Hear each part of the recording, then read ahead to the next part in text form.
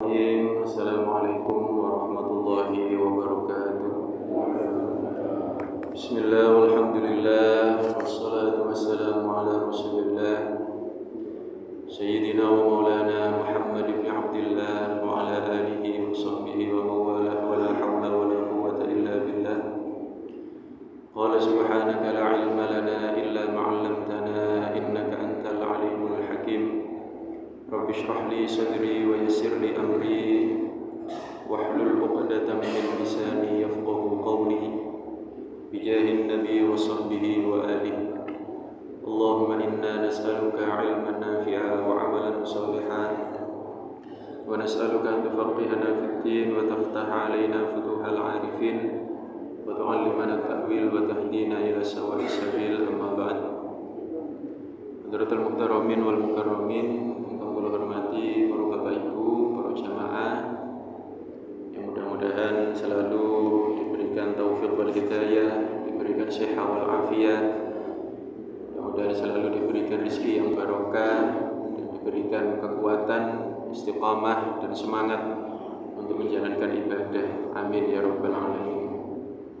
Alhamdulillah subuh ini kita dapat bertemu kembali bersama-sama berjamaah, baca wirid dan doa, dilanjutkan dengan ngaji, thalabul ilmi.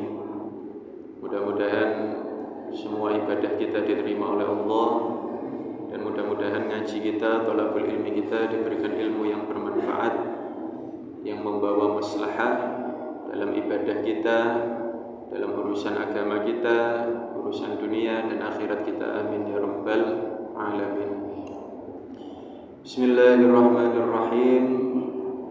Kita melanjutkan kajian hadis Arba'in Nawawi kita, Al-Hadits Tsalits wa Tsalatsun. Sekarang kita mulai memasuki pembahasan hadis baru, yaitu hadis yang ke-33 min ususil qadha'i fil Islam, tentang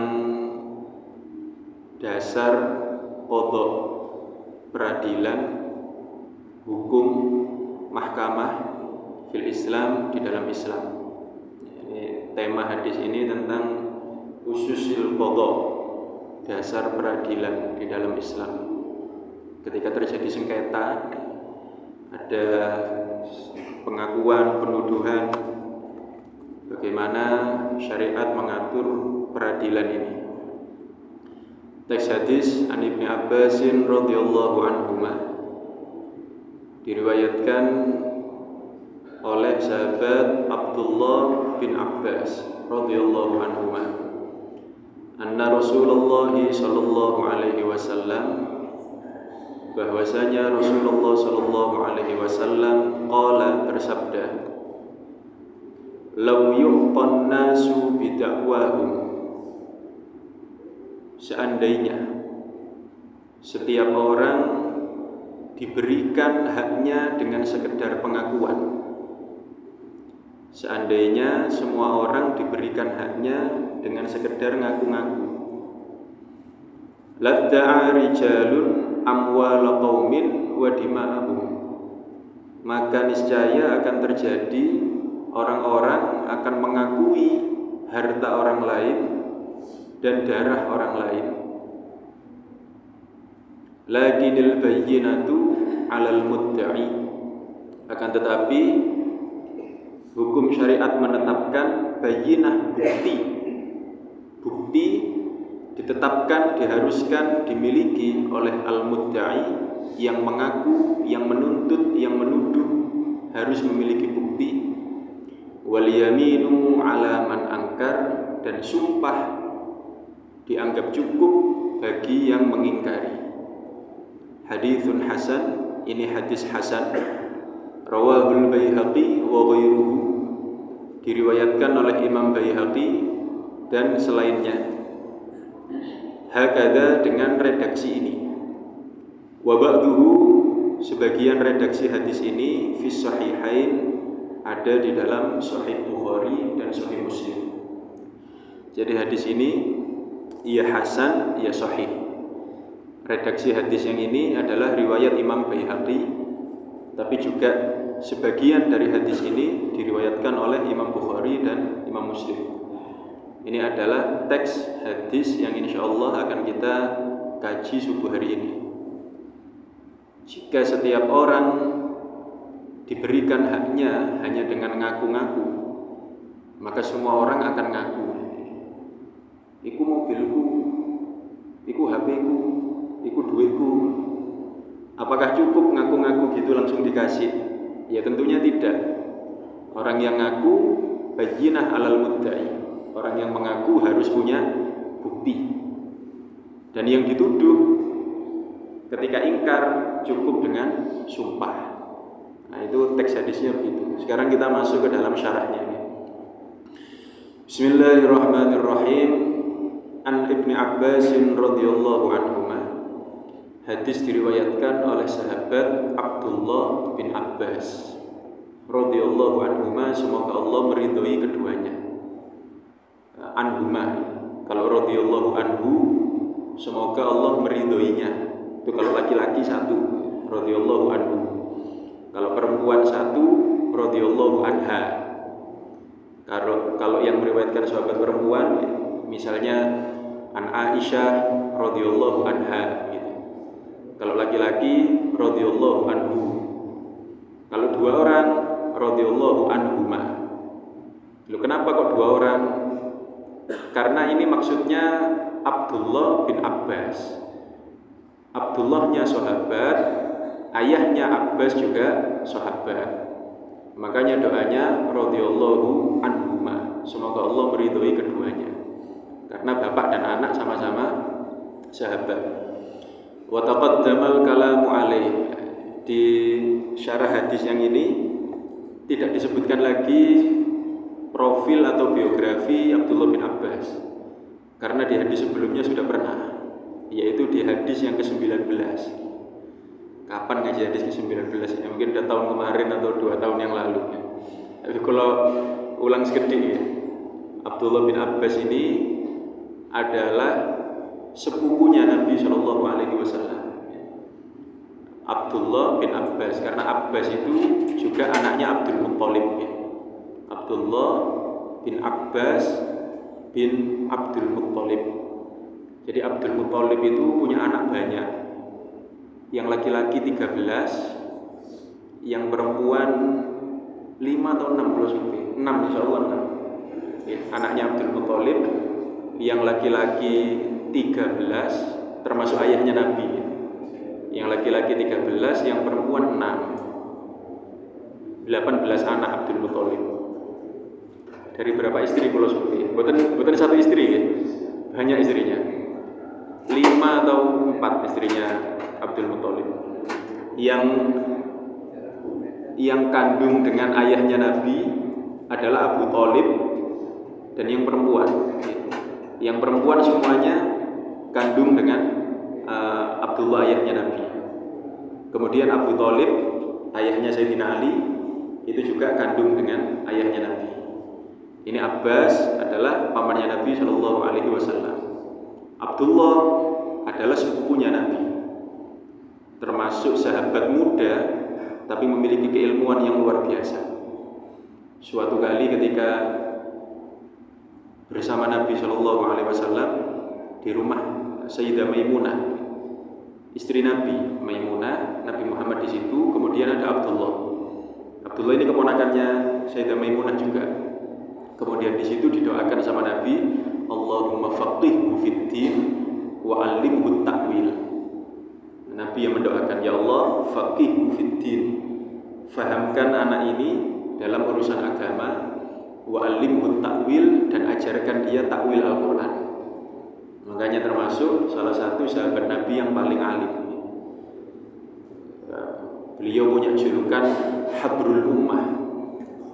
Habrul Ummah niku kiainya umat.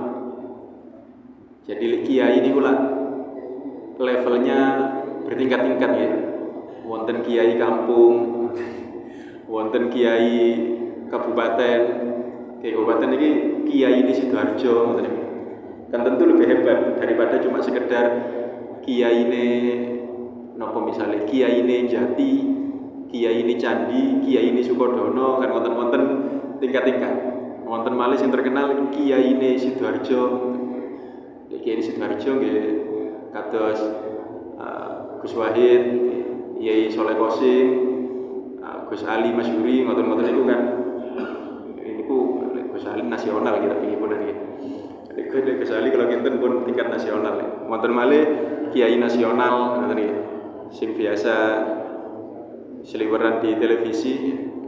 Kalau Abdullah bin Abbas niki kiai tingkat nopo? Niki levelnya habrul ummah. Kiainya umat. Dari zaman Nabi Muhammad sampai akhir, niki kiai ini niki Abdullah bin Abbas. Masih muda beliau ketika Nabi Shallallahu Alaihi Wasallam wafat, masih usia 13 tahun. Jadi muda sekali. Ketika meninggalnya Nabi Shallallahu Alaihi Wasallam, Abdullah masih usia 13 tahun. Suatu kali beliau duduk bersama Nabi Shallallahu Alaihi Wasallam. Kemudian Abdullah bertanya, ya Rasulullah, engkau duduk bersama siapa? Kata Nabi Shallallahu Alaihi Wasallam, ini diceritakan sama Imam Ghazali, diceritakan sama Imam Ibnu Hajar dalam fatwanya juga. Jadi Rasulullah kelihatan sendiri. Lalu Abdullah bin Abbas tanya, jenengan kali sinten ya Rasulullah? Kata Nabi Muhammad, saya sendirian. Tidak ada orang, ada sosok di sebelah jenengan. Kemudian Nabi menjawab, oh berarti kamu bisa melihat ya. Ini adalah Jibril sedang berada dalam wujud malaikat. Karena Jibril seringnya datang kepada Nabi Shallallahu Alaihi Wasallam dalam wujud manusia. Seperti yang di hadis yang sangat terkenal, ada orang tiba-tiba datang tanya iman, Islam dan ihsan itu, kan itu dalam wujud manusia. Dan juga Jibril sangat sering datang kepada Nabi dalam wujud Dihyah Al-Kalabi. Ada sahabat ganteng namanya Dihyah Al-Kalabi. Itu Jibril sering datang kepada Nabi dalam wujud Dihyah. Nama orangnya Dihyah. Jadi sahabat-sahabat tidak tahu. Mereka mengira Nabi sedang duduk bersama Dihyah, padahal itu adalah Jibril. Nah saat ini, ketika itu Jibril datang kepada Nabi dalam wujud malaikat. Jadi tidak kelihatan oleh orang biasa. Abdullah bin Abbas melihat. Kemudian Nabi Shallallahu Alaihi Wasallam berkata kepada Abdullah, wahai Abdullah, ketahuilah bahwasanya orang yang bisa melihat malaikat dalam wujud malaikatnya, maka dia akan buta sebelum meninggal. Dan itu terjadi. Abdullah bin Abbas ketika sudah tua, beliau meninggal. Konon katanya, ini bukan katanya ya, sebagian ulama kemudian mengaitkan hal itu tadi. Butanya adalah karena dia pernah melihat malaikat. Jadi kalau jenengan kepingin semerap malaikat ya, resikonya itu buta sebelum mati, buta. Ada lagi Abdullah bin Umar, anaknya Umar bin Khattab radhiyallahu anhu, itu juga buta sebelum meninggal. Tapi penyebabnya beda. Kalau Abdullah bin Abbas buta gara-gara melihat malaikat, Abdullah bin Umar buta karena kalau wudu matanya kena air, dibasuh. Jadi ketika basuh wajah, matanya nggak kena gitu. Makanya kan kalau kita ngaji bab wudu, basuh wajah ketika wudu itu mata harus kena air apa tidak? Tidak. Mata tidak. Ini wudu merem, bukan apa-apa. Tidak harus melek, matanya dibasuh air, tidak. Nah, itu Abdullah bin Umar kalau wudu ngoten melek, matanya dikenakan air. Bertahun-tahun melakukan itu sampai akhirnya buta beliau gara-gara itu. Pun wangsul malih. Nah, ini adalah sedikit profil Abdullah bin Abbas radhiyallahu anhuma, sahabat yang meriwayatkan hadis ini. Anna Rasulullah sallallahu alaihi wasallam qala, Rasulullah sallallahu alaihi wasallam bersabda, "Lau yu'tan nasu bi da'wahum." Seandainya semua orang diberikan haknya dengan sekedar ngaku-ngaku, ladda'a rijalun amwala qaumin wa dima'ahum, maka pasti orang-orang akan mengakui harta orang lain dan darah orang lain. Cuma sekedar ngaku bisa dikasih, enak. ketok ana wong HP-ne apik, lho, HP-ku iku. Ketok ana wong sepedae apik, lho, sepedaku iku. Masa bisa seperti itu? Lihat milik orang lain, lihat barang bagus, langsung diakui. Itu milikku, apa bisa begitu? Lakinil bayyinatu 'alal mudda'i. Akan tetapi ditetapkan hukum bahwa orang yang mengaku harus memiliki bukti. Ngaku, iku lah omahku sing sampean nggoni. Buktine nopo? Buktinya apa? Kalau tidak punya bukti ya tidak bisa. Orang itu, ini kalau amwal ya, dima juga harta dan darah. Darah ya nopo? Itu orang itu kemarin sing nubruk aku sampai babras kabeh kecelakaan. Nuduh seperti itu. Apakah orang nuduh itu langsung diberikan haknya? Tentu tidak, harus punya bukti. Orang nuduh harus punya bukti. Yang dituduh tidak harus memberikan bukti. Yang memberikan bukti itu adalah yang menuduh. Ini kalau di hukum kita, di peradilan negara kita, ini yang disebut dengan asas praduga tak bersalah. Setiap orang yang dituduh, tentu awalnya asasnya adalah tidak bersalah. Orang tidak perlu membuktikan dia tidak bersalah ya. Yang membuktikan itu adalah yang menuduh. Misal ada orang di jalan ketemu orang lain, iku sepedaku sing sampean gawe. Yang diminta memberikan bukti yang menuduh, bukan yang dituduh. Endi bukti nilai iki sepedae sampean? Ini ditujukan kepada yang ngaku. Yang umpami kula dengan seseorang.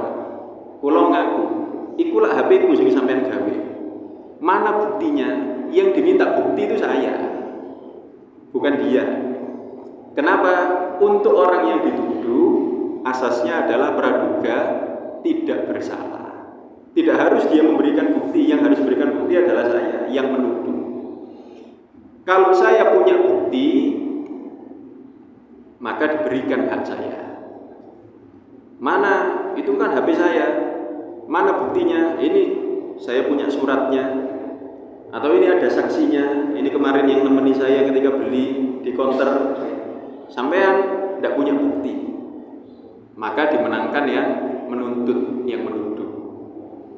Kalau yang menuduh tidak punya bukti, wal yaminu ala man angkar, maka yang ingkar cukup dengan sumpah. Kalau dia mau bersumpah, berani bersumpah, maka dia yang menang. Yang nuduh tidak punya bukti, yang dituduh berani bersumpah, maka yang dituduh yang menang. Sekali lagi ya, kalau ada dua orang bersengketa, yang menuduh harus punya bukti. Yang menuduh harus punya bukti. Kalau yang menuduh punya bukti, menang dia. Tapi kalau yang menuduh tidak punya bukti, maka yang dituduh cukup bersumpah. Pamini iku contoh kula. Ikulah HP-ku. Mana buktinya? Saya diminta bukti. Mana buktinya? Tidak punya bukti saya. Dia coba minta buktinya. Mana buktinya kalau HP itu punya dia? Loh, dia tidak perlu bukti kalau itu HP ada di tangannya. Dia cukup sumpah, wallahi ini HP saya. Wis menang. Gak usah bukti. Kenapa? Karena itu memang secara zahir adalah milik dia. Sami ya. Umpama urusan dima, urusan darah, tiba-tiba kita di jalan, kadang terjadi stop, memberhentikan mobil atau kendaraan. Nopo, iki mang nyerempet aku. Mana buktinya? Oh, nggak ada saksi, nggak ada rekaman video, nggak ada apa, kok tiba-tiba nuduh orang nyerempet. Kalau punya bukti, ada saksi, menang ya. Tapi kalau tidak ada bukti, tidak ada saksi, ya cukup orang yang dituduh tadi, wallahi aku gak nyerempet lah. gak kena, engkel-engkelan, datang hakim, siapa yang dimenangkan? Tentu yang sumpah tadi, karena yang menuduh tidak punya bukti. Lain halnya kalau yang menuduh punya bukti, ya. Kalau yang menuduh punya bukti, maka yang dituduh kalah meskipun sumpah. Iki mau nyerempet aku, wakil saksi ini, banyak saksinya banyak mau di jalan ya. Dia wallahi gak nyerempet, gak percuma sumpahnya, karena sudah ada saksi yang banyak. Ini lagi nil bayyinatu 'alal mudda'i, orang yang mengaku harus mempunyai bukti, wal yaminu 'ala man angkar, dan orang yang ingkar, yang dituduh tidak perlu bukti, tapi cukup dengan sumpah. Apalagi kalau punya bukti. Sumpah saja cukup, apalagi kalau punya bukti. Bayyinah, bukti. Bukti itu bisa bermacam-macam ya. Kalau di fikih memang yang diutamakan bayyinah, bukti itu adalah saksi 2 orang laki-laki, tergantung kasusnya ya. Bisa 2 orang laki-laki, bisa 4 orang perempuan, bisa 1 laki-laki dengan 2 perempuan, tapi tergantung kasus ya. Ada yang harus laki-laki, ada yang boleh laki-laki boleh perempuan. Nah, itu adalah bukti.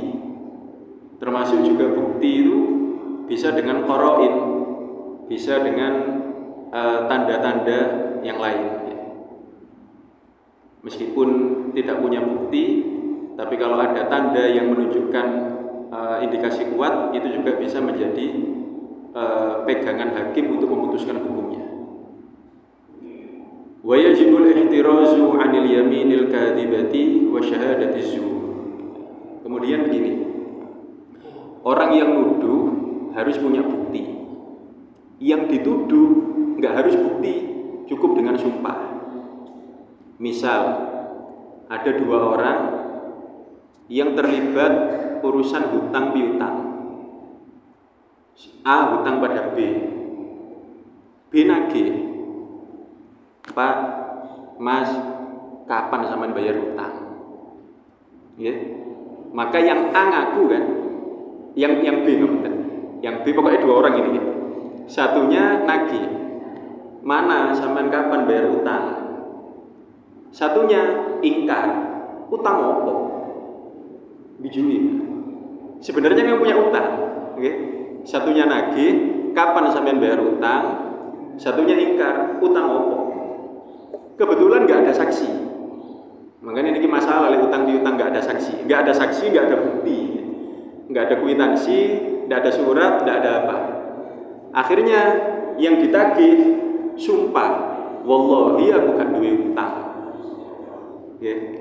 Atau sebaliknya, atau yang lain, wallahi wis tak bayar. Siapa yang menang dalam masalah seperti ini? Tentu yang menang orang yang dituduh. Di dalam hukum dunia ya. Dalam hukum dunia. Kenapa? Karena yang nuduh nggak punya bukti. Pak, mana utang saya? Mas, endi utangi sampai anak aku? Utang apa? Sama duwe saksi ta? Sama duwe bukti tali aku utang. Gak ono buktine, gak ono saksine. Kok nagih? Terus ya nopo? Yang ditagih sumpah. Wallahi aku gak bayar, aku gak utang sampean. Wallahi wis tak bayar utangnya. Secara hukum yang dimenangkan oleh hakim adalah yang ingkar. Cukup dengan sumpahnya dia dimenangkan. Kalau sumpahnya bohong gimana? Nah, kalau utang tapi ternyata sumpah gak punya hutang bagaimana? Wa yajibul ihtiraz 'anil yaminil kadhibah wa syahadatiz zur. Hati-hati. Hati-hati sumpah bohong atau memberi kesaksian palsu. Faqad jaa fil wa'idi 'alaihima ahaditsu katsirah. Telah datang ancaman untuk orang yang sumpah palsu, banyak sekali hadis dari Nabi sallallahu alaihi wasallam. Minha diantaranya qauluhu sallallahu alaihi wasallam, man ittaqa'a haqqa mri'in muslimin biyamini. Siapa yang menghilangkan hak orang muslim dengan sumpahnya, gara-gara sumpahnya dia haknya orang lain jadi tidak didapatkan. Seperti tadi, hutang ini lah kudu dibayar. Kok wani-wani ini sumpah gak duwe hutang, atau wani-wani ini sumpah hutangnya sudah dibayar. Faqad aujaballahu lahun nar, maka pasti Allah akan memasukkannya dalam neraka. Wa harrama alaihil jannah, dan Allah mengharamkan atasnya surga. Qila ya Rasulullah, sahabat bertanya, ya Rasulullah, wa in kana syai'an yasiran, kalau cuma sedikit bagaimana ya Rasulullah? Utangnya cuma 5.000 misalnya, cuma 10.000 tapi ingkar, sumpah enggak punya utang, gimana ya Rasulullah? Qala wa in kana qadiban min araq. Kata Nabi, meskipun cuma sebatang kecil kayu arok. Kayu arok niku siwak niku. Jadi ini Nabi memberi perumpamaan, ada orang lewat di depan rumahnya orang lain, pohonnya dipotek buat siwak. Yang punya rumah nggak terima, loh sama kok potong pohon saya? Mana saksinya? Nggak ada saksi, nggak ada bukti. Wallahi ini nggak ngambil dari pohonnya sampean. Meskipun cuma begitu, kata Nabi Shallallahu Alaihi Wasallam, aujaballahu lahun nar, masuk neraka gara-gara itu. Wa harrama alaihil jannah, dan Allah haramkan atasnya surga. Kita harus menghindari betul, termasuk dosa besar adalah sumpah palsu. Napa sumpah palsu niku? Sumpah tapi bijui. Sumpah kemudian melanggar sumpahnya, itu adalah termasuk dosa yang besar. Napa sumpah niku? Nah ini yang kadang tidak difahami betul. Apa yang dimaksud dengan sumpah? Sumpah itu kalau di dalam fikih adalah berjanji menggunakan nama Allah atau sifat Allah didahului dengan huruf qasam. Sumpah niku lek bahasa Arab kan contohnya 3 ya. Wallahi, billahi, tallahi. Wa bi ta. Ini tiga-tiganya sumpah ya. Wallahi, billahi, tallahi. Kalau bahasa Indonesia sama artinya semuanya, demi Allah. Yang disebut dengan sumpah itu adalah dengan demi disambung nama Allah atau sifat Allah. Demi Allah, demi Rahman, demi Rahim, kalau bahasa Arab wallahi warrahman warrahim, begitu. Itu namanya sumpah. Atau dengan sifat Allah. Seperti kalau di hadis itu Nabi sering bersumpah, walladzi nafsi biyadihi, demi zat yang menguasai jiwaku. Itu namanya sumpah. Ngomong sumpah itu tidak dihukumi sumpah dalam fikih. Ya. Ngomong sumpah itu tidak dihukumi sumpah dalam syariat. Contoh ngeten. Mas, aku utang, sumpah meneh tak bayar. Umpami ngoten nggih. Aku utang 1.000, sumpah meneh tak bayar. Kata-kata sumpah itu tidak dihukumi sumpah di dalam fikih. Jadi sumpah itu gimana? Mas, aku utang 1.000, wallahi meneh tak bayar. Kok umpami meneh gak bayar, dosa. Yeah. Tapi kok ngomongnya sumpah, Mas, aku utang 1.000, sumpah meneh tak bayar. Umpama meneh gak dibayar, mboten dosa. Napa kok gak sumpah ini? Loh, tapi ngomong sumpah. Sumpah itu tidak dihukumi sumpah. Sumpah itu wallahi, billahi, tallahi. Itu namanya sumpah di dalam syariat. Sami umpami nggih. Sampai sing nyolong sandalku ya, sumpah dudu aku. Itu bukan sumpah itu kalau dalam syariat. Yang sumpah itu begini, sampai nyolong sandalku ya, wallahi aku gak nyolong. Ternyata nyolong. Itulah yang disebut dengan sumpah palsu. Jadi sumpah palsu itu ketika orang ngomong wallahi, wallahi nopo, tidak sesuai dengan kenyataan, itu yang disebut dengan sumpah palsu. Dan sumpah palsu itu termasuk dosa besar. Kenapa? Karena ada kafarohnya. Salah satu tanda dosa besar itu kalau pelanggarannya ada kafarohnya di dunia. Itu salah satu ciri dosa besar. Dan orang yang bersumpah palsu itu kena kafarah. Hati-hati ya. Karena kadang orang nganggep remeh. Nganggep remeh ini karena memang nggak tahu. Makanya orang kalau nggak tahu, nggak ngaji, itu akeh salahnya timbang bener. Karena mungkin ini pernah terjadi kalau kita adalah hal yang biasa. Ya. Maksudnya kita anggap biasa. Sebenarnya tidak biasa. Ya. Wa tahsabunahu hayyinan wa huwa 'indallahi 'azim. Banyak hal kita anggap remeh, padahal itu besar itu kalau di sisi Allah. Napa? Gumbul-gumbul kali koncone. Gumbul moro-moro wonten ambu sleng. Wonten sing ngentut. Akhirnya ngarani koncone, sampai sing ngentut. Wallahi gak. Isin wallahi. Wallahi gak. Padahal ini sing ngentut. Ini sumpah palsu. Sumpah palsu ini. Kok enak ngentut ngaku enggak ngentut sampai bilang wallahi tidak. Atau kasus seperti ini kalau paling contoh-contoh sederhana gitu. Wonten sandal kok teles sandalku iki. Mari ana sing gawe nang jeding iki. Kan kadang ada orang enggak seneng sandal teles ya. Nek katene jeding gawe sandal wong liya. Sing digawe gak seneng sandal teles. Sampai ada sing gawe sandalku ya. Wallahi enggak, aku gawe sandalku dhewe kok. Padahal gawe. Ini juga sumpah palsu ini. Sumpah palsu. Ya nopo dosa dan kena kafaroh. Nopo kafarohe? Kafarohnya milih salah satu dari 3 hal.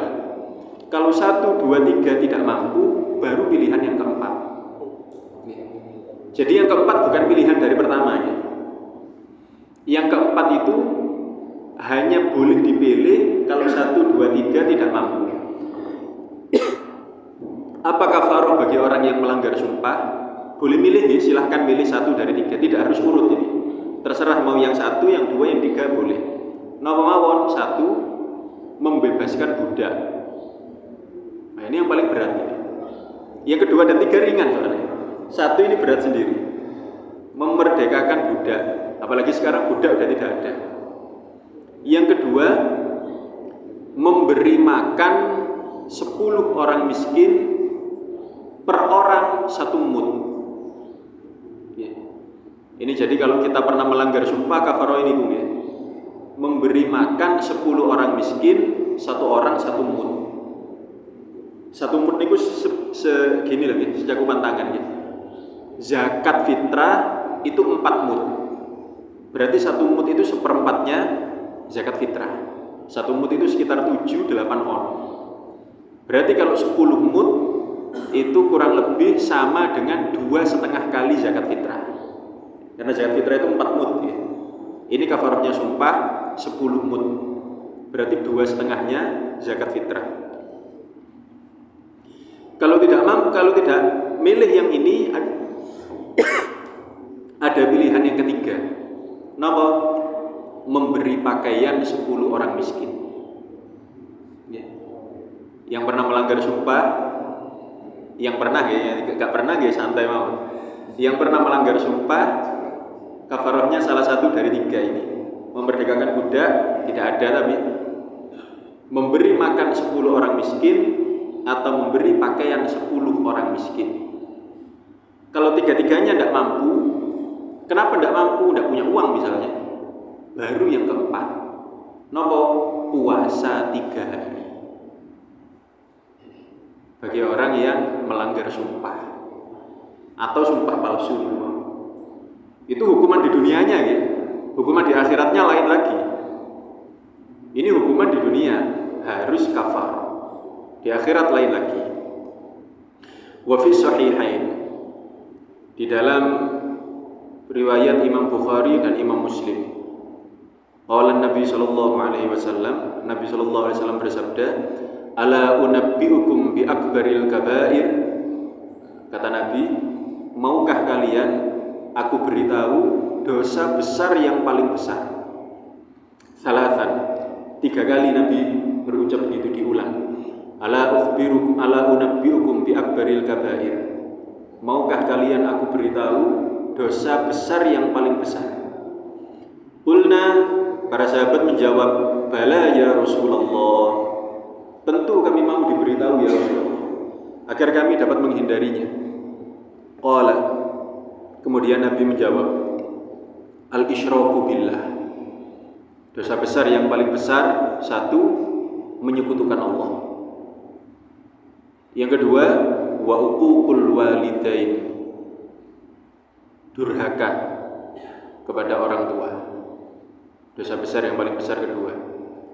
Yang ketiga, ala wa qaulu zur wa syahadatu zur. Yang ketiga, kalau satu dua Nabi bilang ya, syirik kepada Allah, mendurhakai orang tua. Yang ketiga, sebelum Nabi menyebutkan, Nabi bilang dulu, ala, perhatikan. Yang ketiga, Nabi bilang gitu, perhatikan, ala, perhatikan.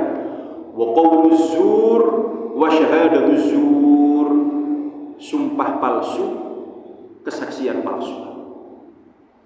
Fama zala yuraddiduha, diulang-ulang oleh Nabi. Jadi ini ceritanya begini. Nabi suatu kali bilang, kalian mau saya beritahu dosa besar? Para sahabat jawab, iya ya Rasulullah. Lalu Nabi bilang, menyekutukan Allah, durhaka pada orang tua, perhatikan, sumpah palsu, kesaksian palsu. Sumpah palsu, kesaksian palsu. Sumpah palsu, kesaksian palsu. Sumpah palsu, kesaksian palsu. Diulang-ulang terus sama Kanjeng Nabi. Ala wa qaulu zur wa syahadatu zur. Ala wa qaulu zur wa syahadatu zur. Diulang-ulang. Puluhan kali Nabi mengulang. Puluhan kali diulang oleh Nabi. Sampai para sahabat itu laitahu sakat, yakni syafaqatan. Sampai para sahabat itu kasihan kepada Nabi. Ngomongnya itu diulang-ulang terus. Awas sumpah palsu, kesaksian palsu. Awas sumpah palsu, kesaksian palsu. Awas sumpah palsu, kesaksian palsu. Hati-hati sumpah palsu, kesaksian palsu. Diulang-ulang sampai puluhan kali oleh Nabi. Sampai para sahabat kasihan. Ya no, ngomong dibolak-balik terus kan seakan capek. Kenapa diulang-ulang terus sama Nabi? Agar benar-benar diperhatikan oleh para sahabat bahwa sumpah palsu dan kesaksian palsu adalah dosa yang sangat besar di sisi Allah Subhanahu wa taala. Hati-hati ya. Sumpah tapi goro. Sumpah tapi bijui. Imam Syafi'i itu beliau pernah mengatakan, ma halaftu billahi kadziban wala shadiqan. Imam Syafi'i itu pernah ngomong, saya tidak pernah bersumpah benar ataupun bohong, kata Imam Syafi'i. Benar aja nggak sumpah Imam Syafi'i, apalagi yang bohong. Ketika benar nggak pernah bersumpah, apalagi bohong Imam Syafi'i. Nah, ada satu cerita ya.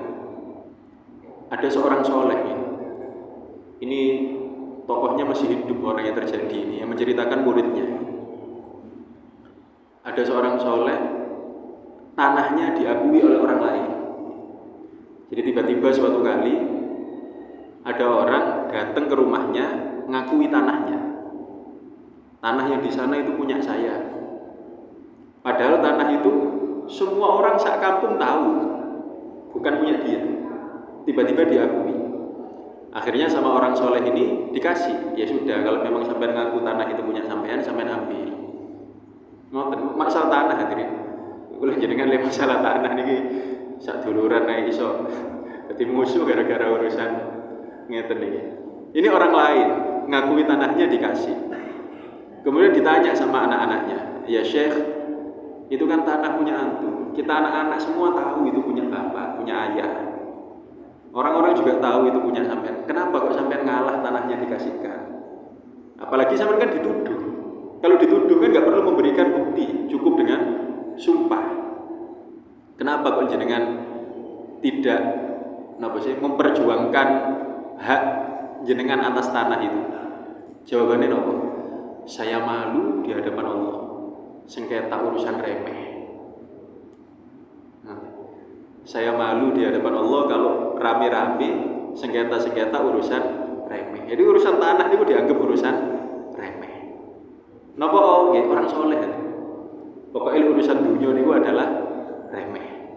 Ini kalau orang soleh beneran gimana nih?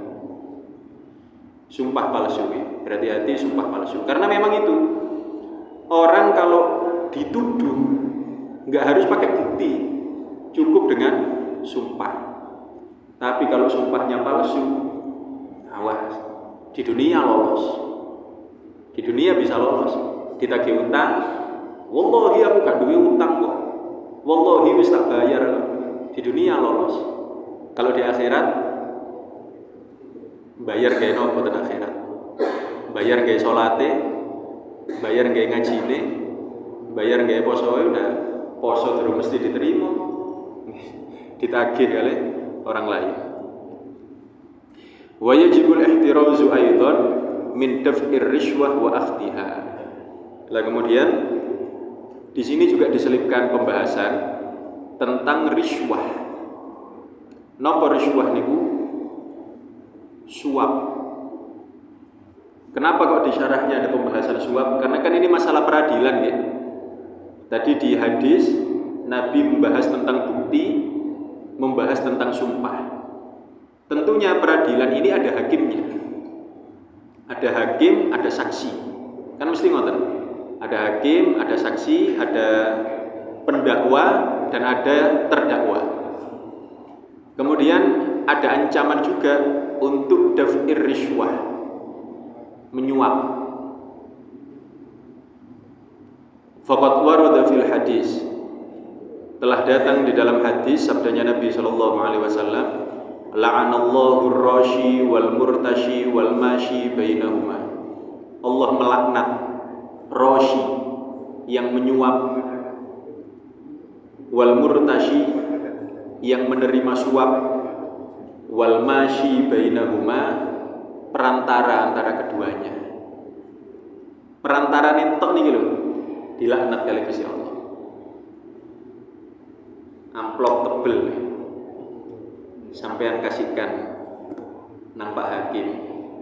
Yang nganter niki katut dilaknat oleh Allah Subhanahu wa taala.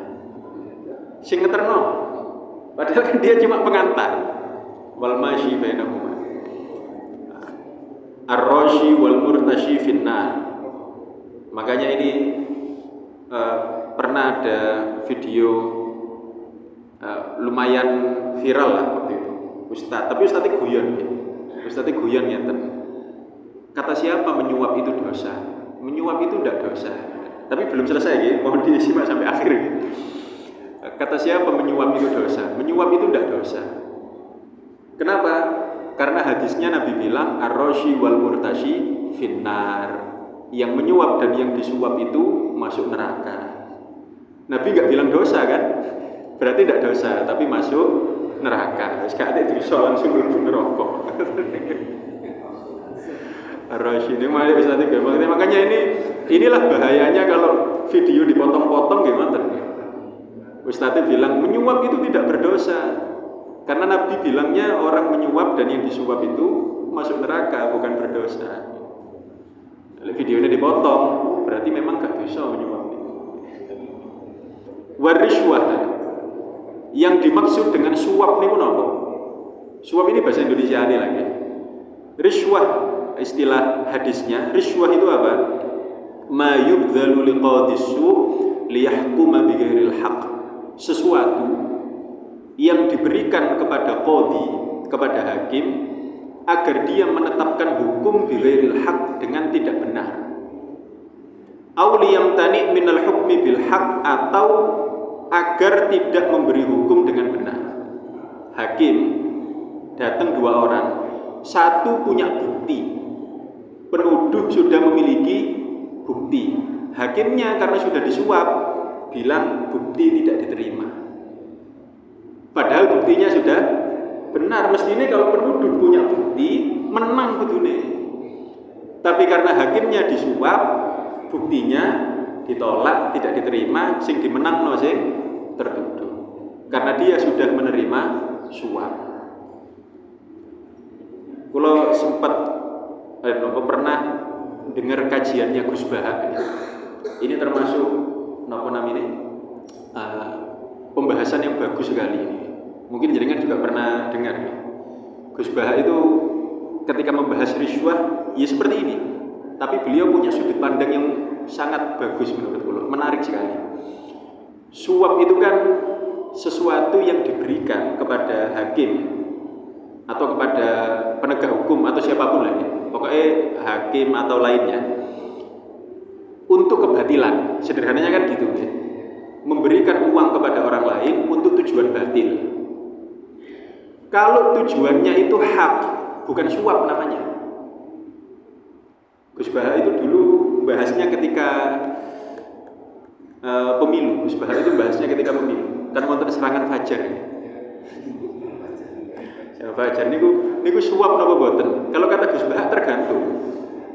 Tergantung napa? Serangan ini untuk menegakkan kebatilan atau untuk menegakkan hak? Menegakkan hak niku contohnya ngeten. Niki kata Gus Baha. Ini orang alim yang bisa diikuti loh ya. Gus Baha itu memberi contoh ngeten. Umpama ada satu orang calon yang layak. Dia jujur, dia berintegritas, adil. Tapi dia paham kalau kita tidak pakai ini, gak ono sing milih. Ya. Karena semua orang sudah paham itu. Lek gak gawe iki gak ono sing milih. Akhirnya orang yang jujur, adil dan berintegritas ini tadi ikut-ikutan memberikan serangan fajar. Apakah ini suap? Kata Gus Baha, bukan. Ini bukan suap, ini perjuangan. Kenapa? Karena dia orang yang layak. Dia orang yang jujur. Dia ini beneran jujur tadi gimana? Jujur kabeh aku jujur. Kabeh aku adil itu. Ini memang benar. Dia memang benar-benar orang yang jujur, adil, berintegritas. Ketika dia melakukan serangan-serangan itu bukan suap, itu adalah perjuangan. Niki menurut Gus Baha. Apakah benar? Wallahu a'lam, tapi ada sudut kebenarannya ini. Sama seperti ini juga masalah hukum. Dia tahu, waduh pengacaraku kalah sampai pengacara iku. Kuno pengacaranya kelas internasional. Pengacaraku cuma pengacara kelas kampung. Tapi tahu kebenaran ada di sini. Kebenaran ada di pengacara yang kelas kampung. Lek gak bayar hakime pasti kalah sakno.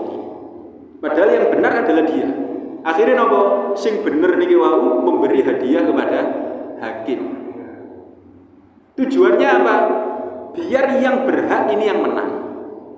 Apakah ini suap? Lek cara Gus Baha ini bukan suap, ini adalah perjuangan. Karena dia memberikan nopo sesuatu kepada hakim bukan agar hakim memutuskan dengan salah, tapi justru agar hakim memberikan hak kepada yang benar. Tapi kalau tidak begitu, gak peduli, pokoknya aku yang menang. Itulah disebut dengan riswah, suap. Wa yajibul ihtirazu aidan min daf'ir riswah wa akhdhiha. Harus berhati-hati dari suap karena semuanya dilaknat oleh Nabi sallallahu alaihi wasallam. Wa qad hukiya, kemudian sisanya tinggal cerita-cerita ya. Ada beberapa kisah tentang qadha ya. Lanjutkan sedikit ya, biar sekalian nanti langsung masuk waktu sholat isyraq ya. Wa qad hukiya annal qudata fi zaman Bani Israil kanu thalatha. Ada cerita tentang qadhi, hakim yang bisa disuap. Di zaman Bani Israil ada 3 qadhi, ada 3 hakim. Fa arsalallahu lahum malakan yamtahinuhum. Kemudian Allah mengutus seorang malaikat untuk menguji 3 hakim ini. Bagaimana ujiannya? Fawajada rajulan ala ma'in yasqi baqaratan wa khalfaha ajalah.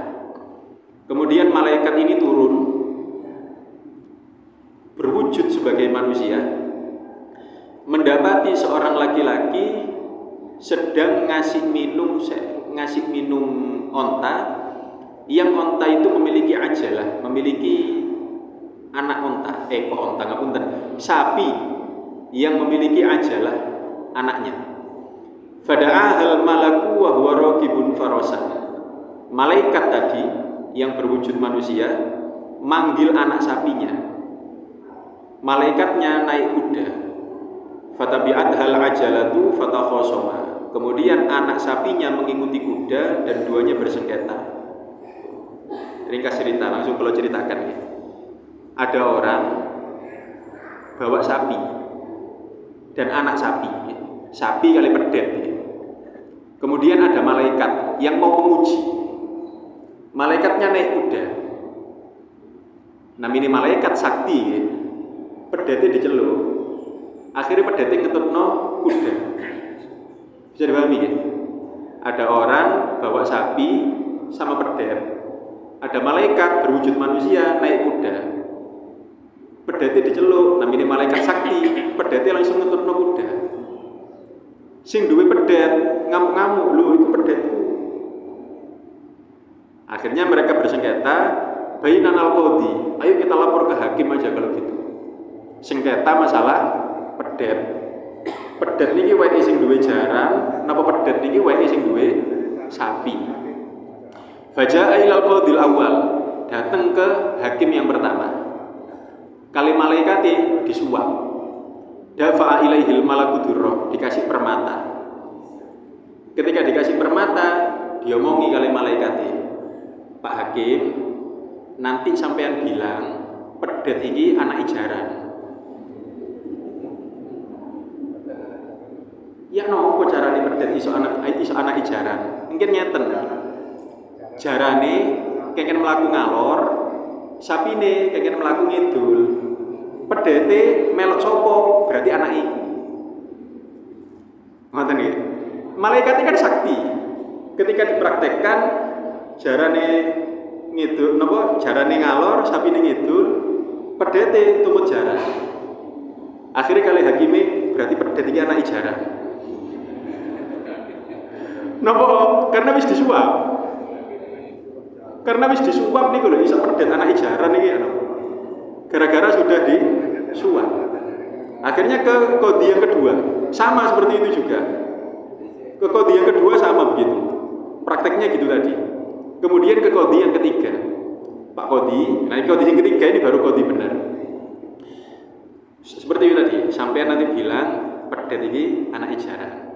Kemudian kodinya bilang pundi tadi. Faqala inni haid.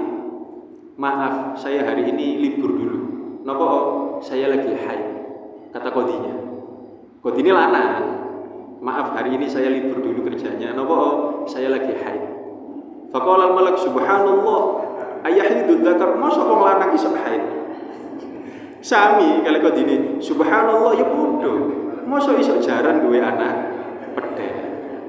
Wa hakama biha li sahibiha. Kemudian hakimnya memberikan pedhet ini kepada yang punya sapi. Lah ini karena sebenarnya kan dia tidak punya bukti kan. Apa kok bisa hakimnya memberikan sapi kepada pedhet kepada anak sapi? Ya karena tandanya itu tadi. Mosok ono jaran mana sapi misalnya.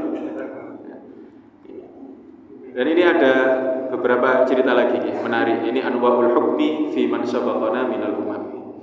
Insyaallah kita lanjutkan di pertemuan berikutnya ini tentang masalah qadha. Mugi-mugi manfaat damel kula jenengan. Mugi kula jenengan dilindungi dari para pembohong. Mugi-mugi kita dijadikan orang jujur dan mudah-mudahan kita juga dikelilingi dengan orang-orang yang jujur.